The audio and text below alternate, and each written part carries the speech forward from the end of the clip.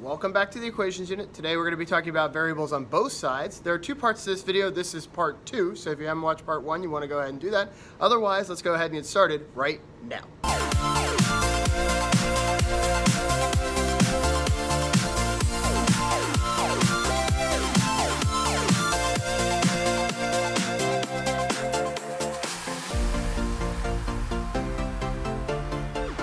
Welcome back to solving equations with variables on both sides. This is part 2 of solving equations with variables on both sides. If you haven't watched part 1, you want to go ahead and do that first. Otherwise, if you have, let's go ahead and get started right now. Reminder before we begin, before we start solving an equation, we must simplify on both sides of the equation separately. We can only combine like terms on one side of the equation or the other. We can't combine them over both. Just like last time, we had to take care of one variable and move it to the other side. We're going to have that same situation here. But before we do that, we're going to have to make sure that everything is simplified completely separately. So let's go ahead and take a look at example A. So here we go. It says, what value of x makes the equation true? So I've got 3x plus 4 minus 5 plus 12x on one side and negative 2x plus 13 plus 3x on the other side. So again, I've got lots of variables. I got 4 variables. Granted, they're all the same variables, but there are still 4 of them. So before I begin using variables on both sides of the equation, I have to simplify on both sides of the equation separately before I begin. So let's go ahead and do that now. Now, when combining like terms, you could make that handy chart where you have x's on one side, constants on the other. I'm going to be able to probably combine like terms without that chart, but if you need that chart, you go ahead. So on the left-hand side of my equation, I have 3x and 12x, so that's going to combine to 15x. Positive 4 and negative 5 are going to combine to negative 1. Now again, if you don't know your integer rules with that positive and negative there, make sure that you're using your calculator. Again, if you need your calculator for 12 plus 3, who am I to judge? Make sure that you use your math tools that are available to you. On the right side of the equation, I got negative 2x plus 13 plus 3x. So the negative 2x and the 3x are going to combine to just give me 1x. I don't have to write the 1. If I have just 1x, I can just put x. And the positive 13 doesn't have any constants to combine with, so it's going to just be positive 13. So now I've got an equation with variables on both sides. I've got 15x on one side and then 1x on the other. So I just have to pick one of them to move. I'm going to go ahead and move the single x. That's a lot easier than trying to move 15 and getting a negative coefficient. So I'm going to subtract 1x from both sides. Remember, drawing a line to separate my steps. 15 minus 1 is going to give me 14x. Bring down my minus 1. Bring down my positive 13 because I haven't done anything with that. So now I've got just a two-step equation. Even although that looked like a big mess at the beginning, I just have a two-step equation now. So I'm going to ahead and add 1 to both sides to get rid of my constant. Negative 1 and positive 1 are going to cancel out. Bring down my 14x. 13 plus 1 is going to give me 14. And now I just have to get rid of my coefficient by dividing both sides on 14, since that is the inverse operation. And x is going to give me 14 divided by 14 is 1. So make sure that you circle your answer there. So even after all of that work, I was able to just get it down to a two-step equation after I moved my variable from one side. Let's go ahead and take a look at example B. So here in example B, it says what value makes the equation true? And it looks like I have to simplify on one side of my equation, and it looks like I have to simplify using that pesky friend, the distributor property.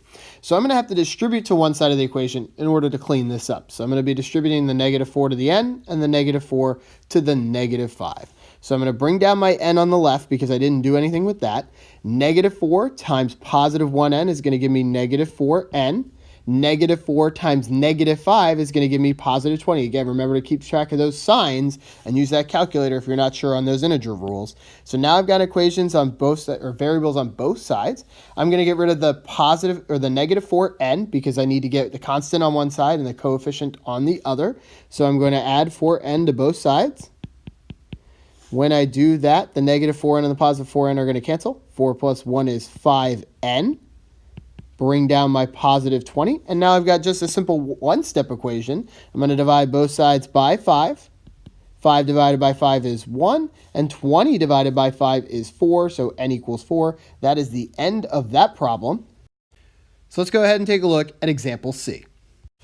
So here we are at example C, and it says what value of p makes the equation true? And oh boy, I have combining like terms on one side and the distributor property on the other. So I'm going to go ahead and draw my wall because I want to make sure that I keep these things separated. And it doesn't matter which side I start with, combining like terms or distributive property. I'm going to start on the left just because I like to work left to right.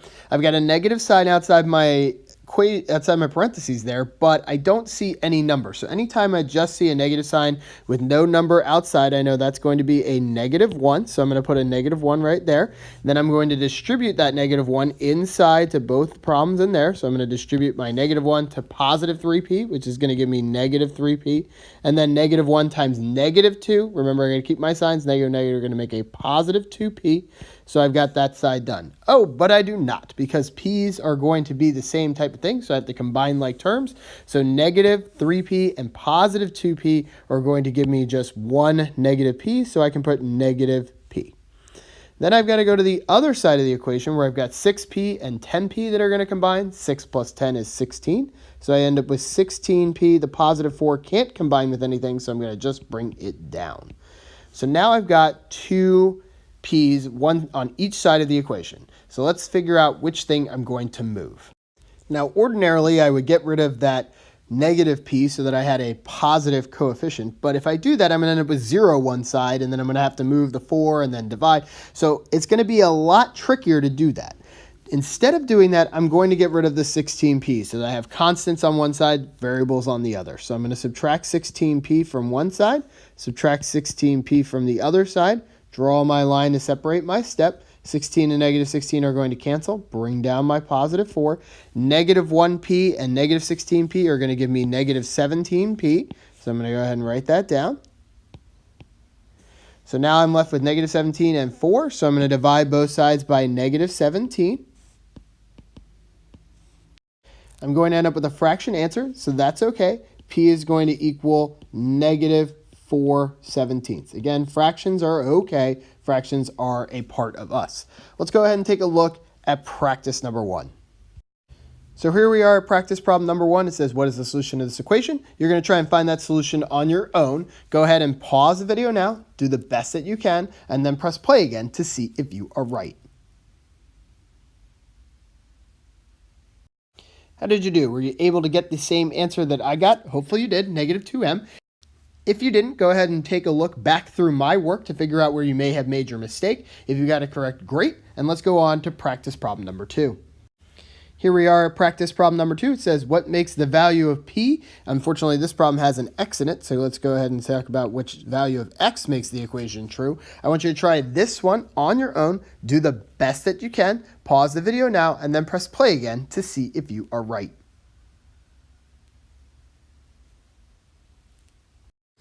How did you do? Were you able to get the same answer that I got? Hopefully you got x equals 0. If not, go ahead and take a look back through my work to see where you may have made your mistake. That brings us to the end of this video. So if you like this video, go ahead and smack that like button. If you love this video, go ahead and throw us a thumbs up, and we will catch you in the next one.